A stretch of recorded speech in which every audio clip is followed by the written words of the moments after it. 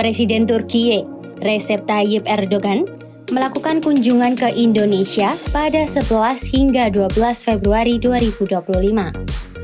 Hujan yang mengguyur tak mengurungkan semangat Presiden Prabowo Subianto untuk menyambut Erdogan. Bagaimana sepak terjang politik Erdogan?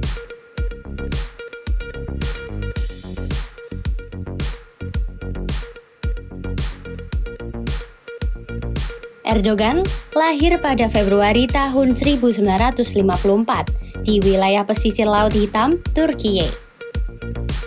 Ayahnya yang merupakan seorang penjaga pantai pindah ke Istanbul ketika Erdogan berusia 13 tahun. Erdogan kecil sudah terbiasa bekerja keras. Ia sempat berjualan limun dan roti wijen agar bisa membantu perekonomian keluarga. Erdogan kemudian menempuh pendidikan di sekolah Islam yang membuatnya mendapatkan gelar manajemen dari Universitas Marmara, Istanbul. Di era 1970 hingga 1980-an, Erdogan aktif dalam kelompok Islam. Kemudian, ia bergabung ke dalam Partai Kesejahteraan Refah Partisi yang dipimpin oleh Necmettin Erbakan. Erdogan termasuk berkembang di dunia politik dan berhasil meningkatkan popularitas partai. Kebijakannya yang paling terkenal saat menjadi wali kota adalah modernisasi, peningkatan layanan publik, serta perbaikan infrastruktur. Masa pahit juga pernah Erdogan rasakan. Pasalnya pada tahun 1998, ia pernah dipenjara akibat pidatonya yang dianggap menghasut kebencian rasial.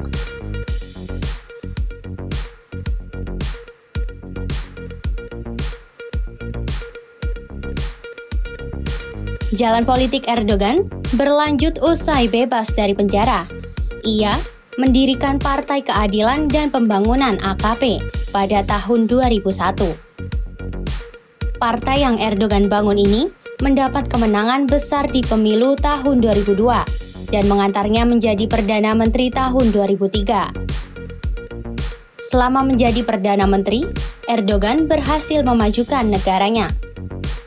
Turki mengalami pertumbuhan ekonomi yang pesat. Proyek infrastruktur besar juga dilakukan seperti pembangunan jalan tol, bandara, serta sistem transportasi modern. Erdogan juga melonggarkan larangan penggunaan jilbab di institusi pendidikan serta pemerintahan. Kebijakannya ini pun menuai respons baik dari kalangan konservatif. Gaya kepemimpinannya yang otoriter memicu sebuah kritikan. Kritik ini ditandai dengan aksi demonstrasi besar di Taman Gezi pada tahun 2013.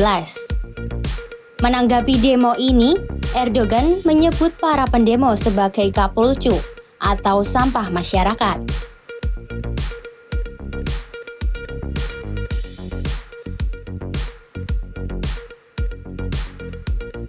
Pada tahun 2014, Erdogan kembali mencalonkan diri di dunia politik pada pemilu presiden pertama yang dipilih langsung oleh rakyat. Erdogan kemudian berhasil memenangkan pemilu dan merancang konstitusi untuk memperkuat sistem presidensial. Lagi-lagi, Erdogan mengalami ujian berat karena terjadi upaya kudeta militer di Turki tahun 2016. Untungnya, Erdogan berhasil selamat dan menyebut bahwa upaya kudeta ini merupakan aksi dari kelompok berafiliasi ulama Fethullah Gulen. Pembersihan besar-besaran langsung dilakukan di dalam pemerintahan dan militer Turki pada saat itu. Ribuan pegawai negeri dipecat serta puluhan ribu orang dipenjara akibat aksi kudeta ini. Sementara itu, sistem pemerintahan Turki yang awalnya parlementer bisa diubah Erdogan menjadi presidensial melalui referendum 2017.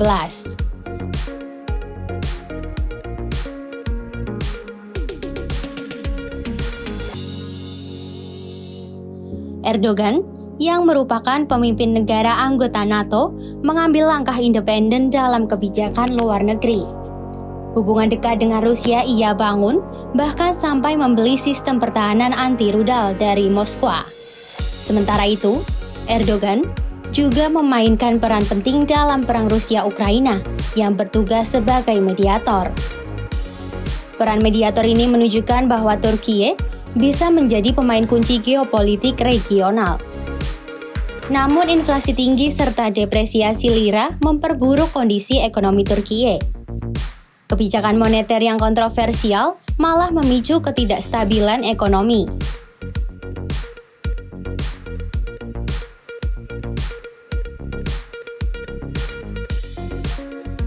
Pada tahun 2023, Erdogan kembali memenangkan pemilu dan dapat mengamankan masa jabatannya hingga 2028. Basis dukungan Erdogan sangat kuat di wilayah konservatif. Bagaimanapun, ia tetap menjadi sosok dominan di politik Turki modern karena gaya kepemimpinannya yang tegas serta kontroversial.